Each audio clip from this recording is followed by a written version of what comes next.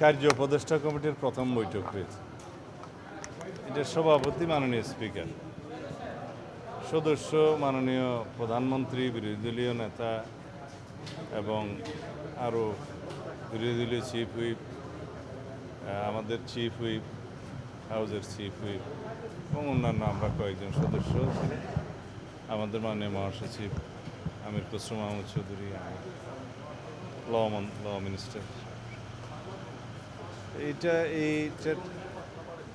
এই সংসদের এই অধিবেশন, প্রথম অধিবেশন কতদিন চলবে এবং কি কি আলাপ আলোচনা হবে, কি কি আইন উত্থাপন হবে ইত্যাদি, এবং কত ঘন্টা আলোচনা হবে মহামান্য রাষ্ট্রপতির ভাষণের উপরে ইত্যাদি, এই বিষয়গুলো আলোচিত হয়েছে, সিদ্ধান্ত হয়েছে।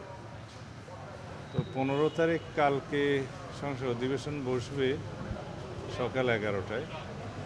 তারপরে 16 তারিখ থেকে মুলতবি হবে, মানে 15 তারিখের পরে আবার সংসদ বসবে আগামী 29 তারিখ মার্চের, ঈদের পরে, এবং পরে এপ্রিল মাস পুরোটাই জাতীয় সংসদের এই অধিবেশন চালু থাকবে। এই সিদ্ধান্তগুলো হয়েছে।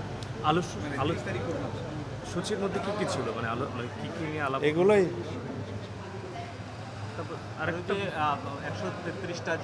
এগুলা বিশেষ কমিটি যেটা গঠিত হয়েছে, এই বিশেষ কমিটির উদ্দেশ্য হলো যে সংসদে বিভিন্ন মন্ত্রণালয় সম্পর্কিত স্থায়ী কমিটিগুলো গঠিত হওয়ার আগ পর্যন্ত ট্রেডিশন অনুসারে এই বিশেষ কমিটি গঠিত হয়।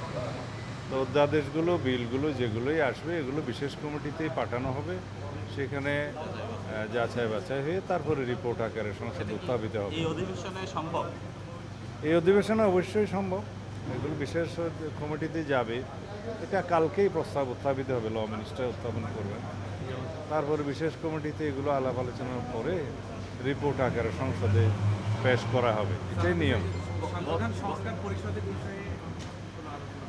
আলোচনা এটা ফ্লোরে হতে পারে, এখানে না। জামায়াত বলছে সংবিধান সংস্কার পরিষদে শপথ না নিলে সেক্ষেত্রে তারা রাজপথে নামবে, এই ফয়সালা রাজপথে। তাদেরকে জিজ্ঞেস করেন।